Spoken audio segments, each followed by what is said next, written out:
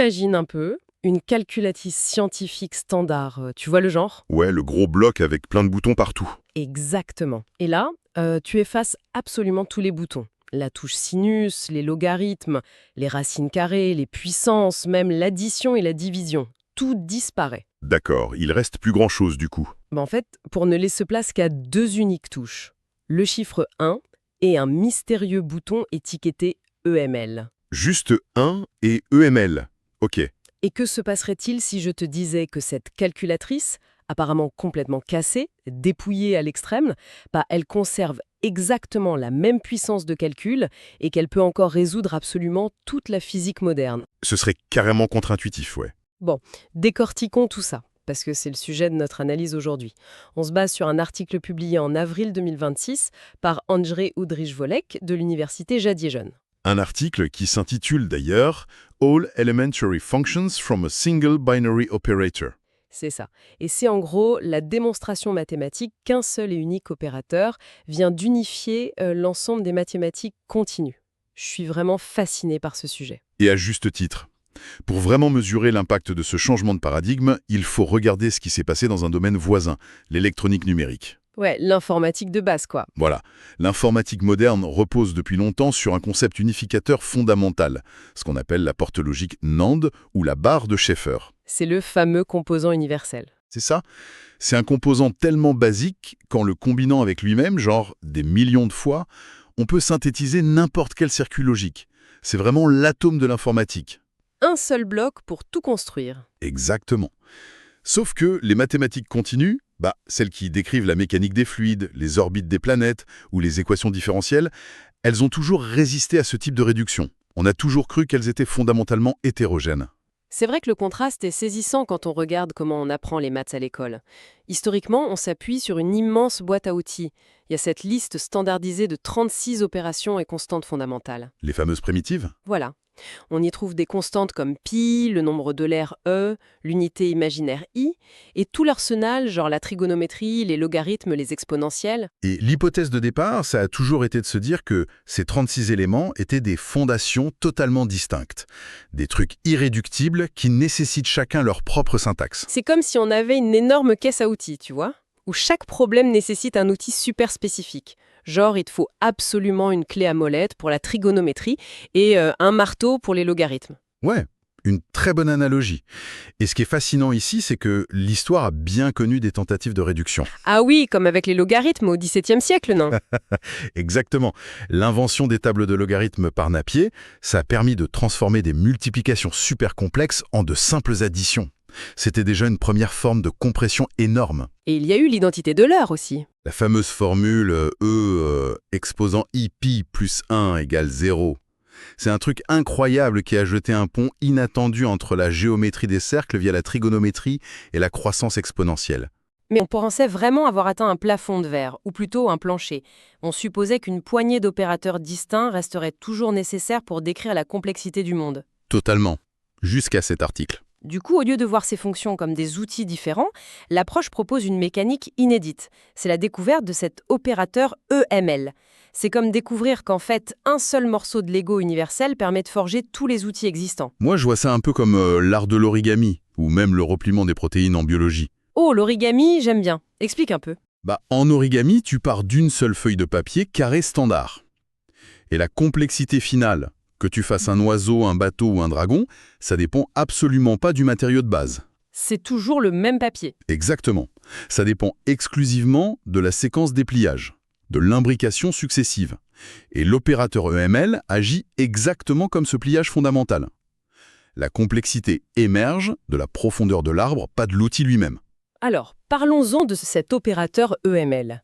Parce que c'est quoi exactement ce pliage mathématique ultime? EML, ça veut simplement dire expo minus log. L'exponentielle moins le logarithme. Ok, donc sa définition mathématique formelle, si je prends deux variables x et y, c'est exponentielle de x moins logarithme naturel de y. C'est ça, e puissance x moins ln de y. C'est la base absolue. Et la règle stricte, c'est que pour initier tout calcul, cet opérateur n'a le droit de s'alimenter qu'avec une seule constante initiale. Le fameux chiffre 1 dont on parlait avec la calculatrice. Tout à fait. C'est la feuille de papier vierge de notre origami. Bon, alors essayons de visualiser la syntaxe, parce que la mécanique est redoutable. Disons qu'on veut générer la constante E, qui vaut environ 2,718. C'est assez direct pour eux. Ouais, on injecte juste 1 et 1 dans l'opérateur. Donc on écrit EML, parenthèse 1,1. L'ordinateur calcule l'exponentielle de 1, ça donne E, Et il soustrait le logarithme naturel de 1 qui vaut 0. et bim, le résultat est E, juste avec des 1. Mais pour recréer le logarithme naturel d'une variable z, là la formule force un double repliement. Ouais, ça devient récursif. On obtient un truc du genre EML de 1 et EML de 1 et z et 1. Enfin bref, on les embrique. Et c'est là, franchement, c'est là que je trouve ça magnifique au niveau de la syntaxe. En observant ces repliements, on voit apparaître une grammaire hors contexte. Une grammaire hors contexte, c'est-à-dire? C'est un terme d'informatique théorique. Ça veut dire que les règles du jeu ne changent jamais, peu importe à quel point tu vas profond dans l'équation. La grammaire, elle se résume à une ligne. S donne soit 1, soit EML de S et S. C'est d'une pureté d'un... Mais carrément. Le résultat direct, c'est que n'importe quelle équation mathématique continue est obligée d'adopter une topologie précise, un arbre binaire parfait. En combinatoire, on appelle ça des structures de Catalan. Donc ça veut dire qu'un algorithme n'a plus à deviner des formes complexes? Il sait d'avance que toute l'équation sera un arbre fractal super prévisible. Il a juste à explorer les branches. C'est hyper élégant. C'est là que ça devient vraiment intéressant, parce que quand je regarde la formule exponentielle de x moins logarithme de y, il y a une asymétrie qui saute aux yeux. Ah, tu parles de la soustraction. Ouais, c'est une soustraction. Du coup, l'ordre de x et de y change tout. A moins b, c'est pas b moins a. Tout à fait, c'est pas commutatif. Cette directionnalité stricte, ce côté gauche ou droite dans l'arbre binaire, est-ce que ça pose pas un énorme problème quand on veut reconstruire des opérations parfaitement symétriques, genre une simple addition entre deux variables? C'est super intuitif de voir ça comme un bug ou un obstacle, je te l'accorde. Mais en fait, cette asymétrie, qu'on appelle la chiralité de l'opérateur, c'est littéralement le seul moteur qui empêche tout le système de s'effondrer. Ah bon? Mhm. Comment ça? Imagine si l'opérateur de base était commutatif, comme l'addition. Tu ferais A plus B, puis B plus A. Les branches de ton arbre binaire finiraient par fusionner et se simplifier. L'information tournerait en rond, en fait. C'est exactement ça, ça deviendrait plat. La soustraction, grâce à sa nature chirale, elle force une direction. Cette non-commutativité permet à l'arbre de se ramifier, de propager des valeurs négatives pour créer des fonctions inverses, et au final, de simuler la symétrie beaucoup plus bas dans l'arbre. D'accord, la chiralité est vitale pour maintenir l'arbre ouvert et complexe. Mais là, il y a un problème de méthode qui me vient en tête. Lequel? Trouver cette équation précise, ce exponentiel moins log, parmi une infinité de fonctions possibles, c'est pire que chercher une aiguille dans une botte de foin. L'espace mathématique est infini. Ouais, l'univers des fonctions est vaste, c'est vrai. Comment Andritz Volek a-t-il pu isoler spécifiquement cet opérateur EML? Il a eu une illumination au réveil? Pas du tout, c'est le résultat d'un travail de forçat. Il a utilisé une méthode qu'on appelle la méthode d'ablation. C'est ce que tu appelais la technique de la calculatrice cassée. Exactement. Il n'a pas cherché au hasard dans l'infini. Il a pris la liste de départ, les 36 fonctions élémentaires classiques, et il a forcé ce qu'on pourrait appeler une cannibalisation systématique. C'est-à-dire qu'il en retirait une et regardait si les autres pouvaient compenser. C'est ça. Il retire le cosinus, par exemple. Et il lance des algorithmes de force brute pour voir si les 35 autres peuvent reconstruire le cosinus en se combinant. Si oui, la liste tombe à 35. Waouh, un processus d'élimination brutal pour trouver l'ADN commun. Littéralement. Le système est passé de 36 à 6, puis 4, puis 3 opérateurs. Et ça a coincé à un moment? Ouais, à 3 opérateurs, le système menaçait de stagner. C'est en étudiant cette dynamique de blocage qu'il a isolé les paires de fonctions inverses non commutatives les plus résilientes, ce qui l'a mené droit à l'exponentielle et au logarithme, liés par une soustraction. Mais logiquement, quand on compresse 36 fonctions en une seule, la complexité, elle doit bien s'accumuler quelque part. Ah bah, elle disparaît pas par magie, ça c'est sûr. Si c'est plus dans le nombre de boutons sur la calculatrice, c'est forcément dans la longueur des équations. L'étude mentionne d'ailleurs un vrai mur de calcul. Une simple identité trigonométrique doit se transformer en un arbre de centaines de nœuds MEL. Des milliers parfois, oui. La complexité de Kolmogorov explose complètement. Comment ils ont fait pour vérifier formellement ces formules géantes sans faire planter les ordinateurs? Un logiciel d'algèbre pur, ça doit saturer la mémoire vive directe, non? C'est le gros défi, ouais. L'explosion combinatoire est réelle. Les moteurs de calcul formel classiques plantaient net face à la profondeur de ces arbres de Catalan. Ils géraient pas l'algèbre symbolique pure à cette échelle. Alors, comment contourner ce mur? Ils ont utilisé une méthode de bootstrapping hybride. Plutôt que de demander à l'ordinateur de prouver l'algèbre avec des x et des y, ils ont remplacé toutes les variables par des constantes transcendantes très spécifiques, Comme quoi? comme la constante d'Euler-Mascheroni par exemple. Et ils ont exécuté l'arbre de calcul géant en mode purement numérique, avec des nombres à virgule flottantes en double précision, du 64 bits. Attends, remplacer des variables par des décimales interminables pour voir si ça marche? Ça fait un peu bidouillage d'ingénieur, non? C'est pas une vraie démonstration mathématique rigoureuse. Ça en a l'air, mais c'est extrêmement malin. Mais comment on peut accorder la moindre confiance à une égalité qui repose sur des valeurs numériques approchées? Parce que les probabilités sont de notre côté. C'est l'analogie du coffre-fort. T'as pas besoin de démonter tout le mécanisme du coffre pour savoir si deux serrures sont identiques. Tu testes une clé ultra spécifique. Si ça ouvre les deux, c'est la même serrure. Je vois. Donc la constante transcendante, c'est la clé. Exactement. Un nombre transcendant a une suite de décimales infinie et sans aucun motif répétitif. Si ton arbre géant EML et ta fonction trigonométrique classique recrachent exactement la même séquence de 64 décimales à la fin, la probabilité que ce soit un accident est presque nulle. Ah ouais, une collision par pur hasard est statistiquement impossible. Voilà. C'est un crible probabiliste redoutable. Ça permet d'éliminer des milliards d'arbres faux en une fraction de seconde. Il restait plus qu'une poignée de candidats qu'ils pouvaient ensuite vérifier manuellement avec de vraies preuves symboliques. C'est brillant! Utiliser la force brute numérique pour déblayer la jungle de l'algèbre. Alors, qu'est-ce que tout cela signifie concrètement, au-delà de l'exploit théorique? C'est là qu'on touche aux applications réelles. Voilà. À quoi ça sert dans la vraie vie, ou plutôt en informatique moderne? Cette uniformisation parfaite en arbre binaire, ça résout pas le plus gros problème de l'intelligence artificielle en physique? C'est précisément l'application la plus sismique. Ouais. On parle ici de régression symbolique. Tu peux redéfinir la régression symbolique rapidement? Bien sûr. L'idée, c'est de donner à une IA des données brutes, disons les turbulences d'un fluide, et de lui demander de déduire la loi physique exacte, l'équation mathématique fermée qui régit ce mouvement. Le genre d'équation que les physiciens mettent des années à trouver? C'est ça. Actuellement, les réseaux de neurones classiques, le deep learning, ils échouent lamentablement à faire ça. Pourquoi ils galèrent autant? Ils sont pourtant super forts pour générer du texte ou reconnaître des images complexes. Parce qu'un réseau de neurones standard, c'est une grosse boîte noire. Il ajuste des millions de poids statistiques de manière continue. Donc il peut te prédire où ira le fluide avec une précision folle, mais il est incapable de te recracher la formule F égale ma.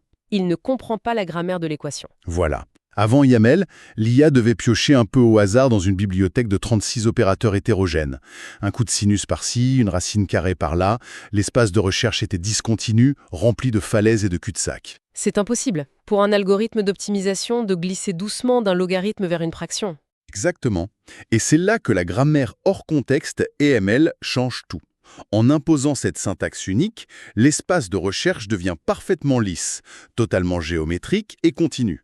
Parce qu'il n'y a plus qu'un seul bouton à presser. C'est ça. Le cauchemar d'assembler des équations disparates devient un pur problème d'optimisation continue sur l'architecture de l'arbre.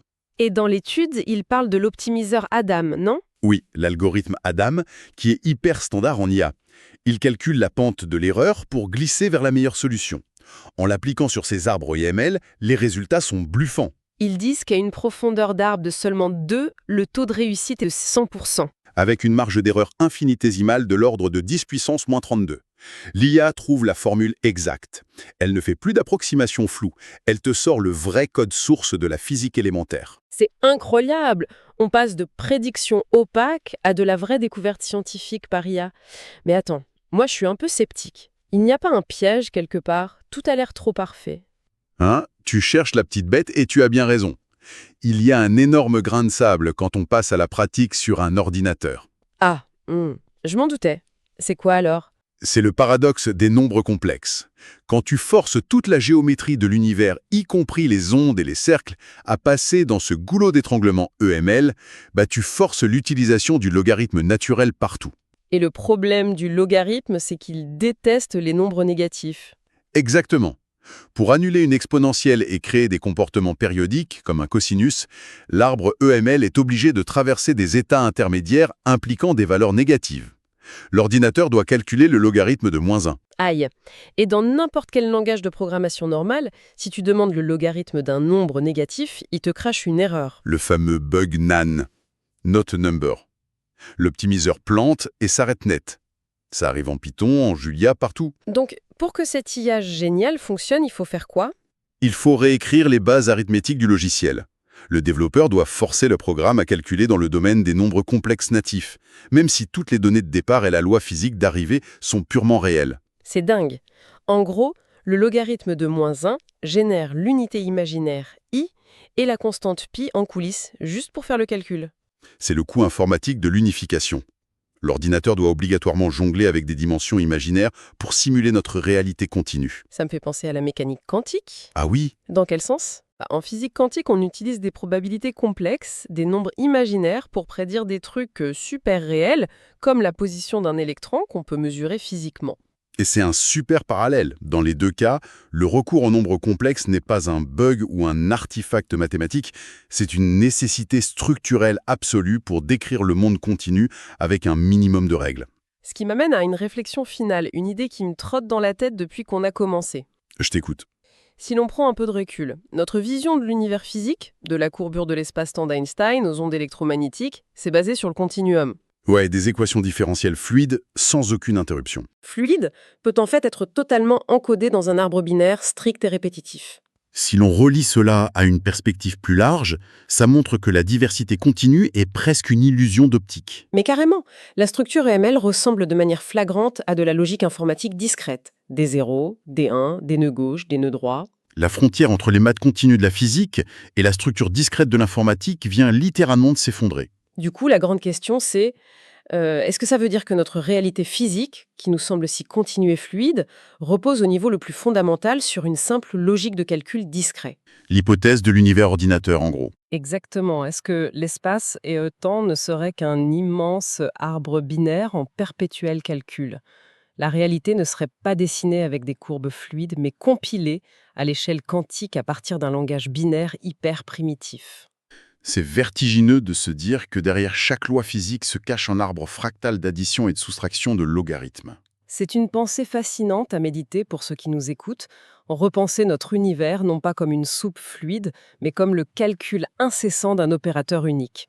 Sur ce, merci pour ces explications lumineuses. Avec grand plaisir, c'était passionnant.